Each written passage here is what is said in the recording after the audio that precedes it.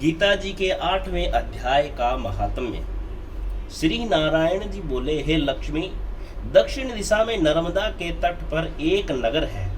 उसमें सुशर्मा नामक एक बड़ा धनवान विप्र रहता था। एक दिन उसने एक संत से पूछा, हे ऋषि जी, मेरे संतान नहीं है। तब ऋषिवर बोले, तू अश्वमेध यज्ञ कर, बकरा देवी पर चढ़ा, देवी तुझको पुत्र देगी। तब उस विप्र ने यज्ञ करने को एक बकरा मोल लिया, उसको स्नान करा के मेवा खिलाई। जब उसको मारने लगा तब वह कह कह शब्द करके हंसा। जब ब्राह्मण ने पूछा, हे बकरे, तू क्यों हंसा है? तब बकरे ने कहा, पिछले जन्म में मेरे भी संतान नहीं थी। तब एक ब्राह्मण ने मुझे भी अश्वमेध यज्ञ करने को कहा था। मैंने सारी नगरी में बकरा ढूंढा, परंतु बकरा हाथ न लगा।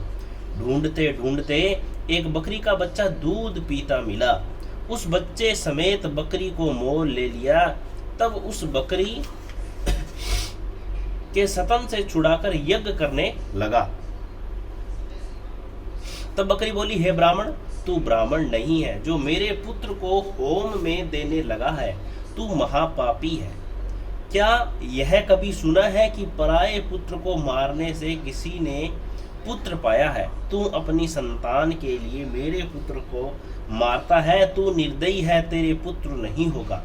वह बकरी बहुत कुछ कहती रही, पर मैंने एक न मानी। तब बकरी ने शाप दिया कि तेरा गला भी इसी तरह कटेगा। इतना कहकर वह बकरी तड़प तड़प कर मर गई। कई दिन पीछे मेरा काल आया। यमदूत मारते मारते धर्मराज के पास ले गए।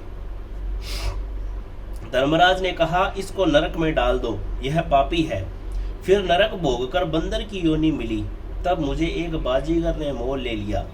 वह मेरे गले में रस्सी बांधकर द्वार द्वार सारा दिन भगाता फिरे, खाने को थोड़ा दिया करे। जब वानर की देह छूटी तो कुत्ते का जन्म पाया। एक दिन मैंने किसी की रोटी चुराई खाई, तब उसने ऐसी लाठी मारी कि पीठ टूट गई। उस दुख से मेरी मृत्यु हो गई। फिर घोड़े की देह पाई। उस घोड़े को एक भटियारे ने मोल ले लिया। वह सारा दिन चलाया करे, खाने पीने की खबर न लेवे। सांझ के समय एक छोटी सी रस्सी बांध छोड़े, ऐसा बांधे कि मैं अपनी मक्खी भी नहीं उड़ा सकूं। एक दिन 2 लड़के और एक कन्या मेरे ऊपर चढ़कर मुझे चलाने लगे। वहां कीचड़ थी, फंस गया। ऊपर से वह मारने लगे, जिससे मैं मर गया। इस तरह अनेक जन्म भोगे। अब बकरे का जन्म पाया है, मैंने जाना था अब सुख पाऊंगा। सो अब तूने मुझे मोल ले लिया और छुरा मारने लगा है। तब ब्राह्मण ने कहा, अरे बकरे, तुझे भी जान प्यारी है। सुन, अब मैं अपनी आंखों देखी कहता हूँ। कुरुक्षेत्र में चंद्र सुशर्मा राजा स्नान करने आया। उसने ब्राह्मण से पूछा, ग्रहण में कौन सा दान करूं? उसने कहा, हे राजन, काले पुरुष का दान कर। तब राजा ने काले लोहे का पुरुष बनवाया, नेत्रों में लाल जड़वाया, सोने के आभूषण पहनाकर तैयार किया। तब वह काला पुरुष कह कह शब्द करके हंसा। राजा डर गया कि कोई बड़ा अवगुण है जो लोहे का पुरुष हंसा। जब राजा ने बहुत दान किया तो फिर हंसा और ब्राह्मण से बोला, हे ब्राह्मण, तू मुझे लेगा?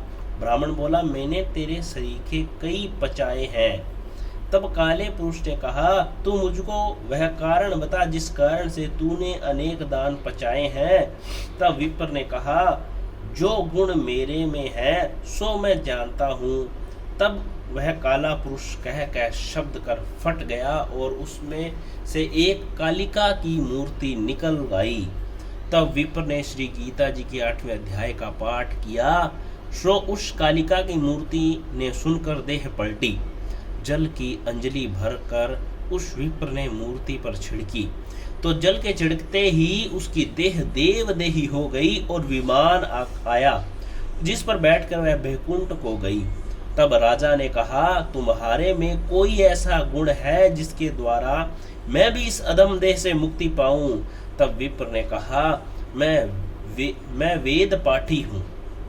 उस नगर में एक साधु की गीता पाठी था। उस नगर में एक साधु भी गीता पाठी था। उससे 8वें अध्याय का पाठ सुनकर राजा की देह पलटी। तब राजा देव देह पाकर बैकुंठ को गया और कहता गया, हे ब्राह्मण, तू भी श्री गीता जी का पाठ कर, जिससे तेरा भी उद्धार हो। तब ब्राह्मण भी गीता जी का पाठ करने लगा।